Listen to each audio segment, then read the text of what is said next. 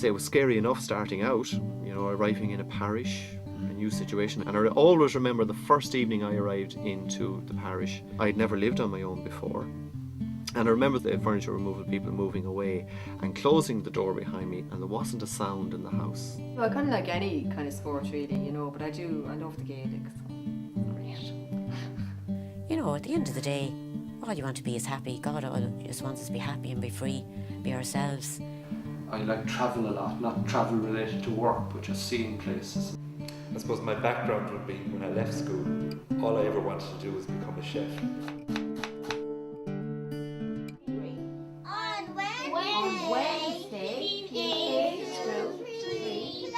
If you respond to the religious calling, you will be given the grace to live it.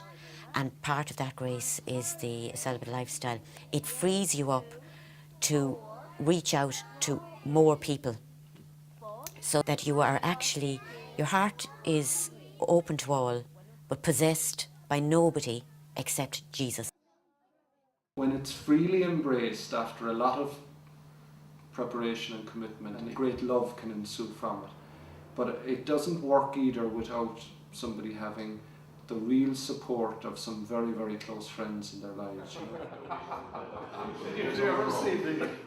I think people can cope with a celibate commitment in terms of sexual abstinence, but nobody in life can cope without intimacy. I find in my own life, people who really helped me have been a few very close friends, both women and men, that understand me, that I can chat about anything to. It's actually taking on something. It's doing something in order to be free to serve others. My first commitment is to the people of God, the people I serve in parish. I would imagine if I was a married man with family that there would be difficulties in around that whole thing. If I had a commitment to family, that something would suffer. Either my marriage would suffer, my family would suffer, or my ministry would suffer. The Christian life is about love. For most people, the call to love is expressed through their partner in life, through their marriage. In the celibate lifestyle, that love is also there, but that energy finds expression in a different way, through community and through ministry to people. People really trust their priest, their local priest that they know. Because of that trust, I have great friends, both as male and female friends, who I love their company and hopefully they love my company. So I think there's that healthy side of celibacy, you know what I mean? To be at home in oneself. And if you're at home in oneself and with your own sexuality in that, then you'll be at home with other people. Drink the tea with them in it, right?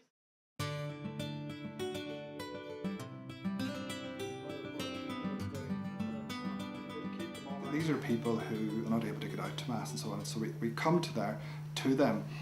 I go in, I don't feel as if I do a whole pan, I say Mass. We ask this in the name of the saints. It's really just being with people wherever they are is probably a lot of the work that we do. Your presence is very often, enough.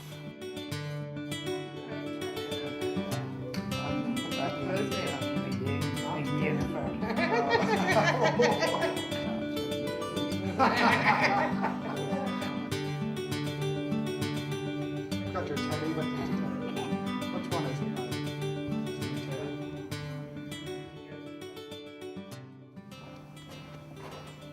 The priest is really a man of prayer, and if he doesn't spend time in prayer, then it's like not having our batteries recharged. There's only so much one can give, and eventually you can't give because you've nothing left to give.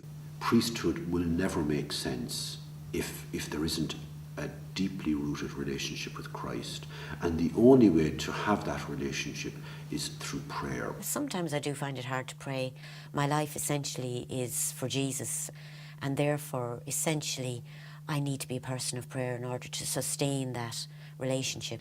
It goes well at times and it can be a struggle at other times, I try to pray early in the morning because of the nature of our way of life and the busyness that's involved in it. If you don't pray in the morning, you probably won't get the chance to pray during the day. The important thing, I think it might have been Mother Teresa said, the important thing is to try and pray, and that's praying, A lot of the time it's just sort of sitting and being there. That's me anyway. I just think a lot of it is just being with the Lord. Like, we're only human, you know. You can only try, like.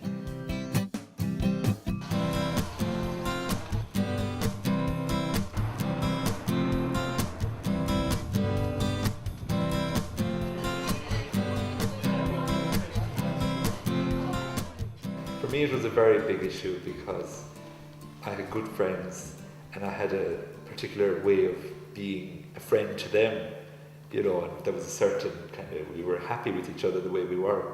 And then suddenly, in private to myself more so, this was beginning to happen. So I didn't really tell them very much. I was very afraid of how they would react to this news. Well, my mother, I'm very close to my mother anyway, so she was very understanding. And she was sort of saying to me, you know, if you want to try it and if it's okay, great. And if you don't, would you come out, please, you know?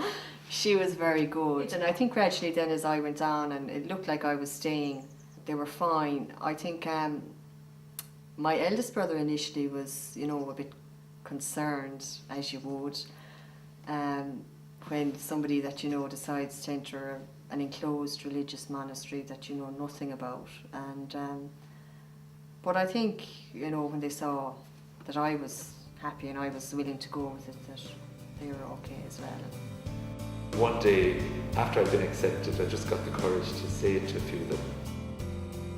And they were delighted. They couldn't believe that some guy that they knew was thinking of doing this. And they surprised me.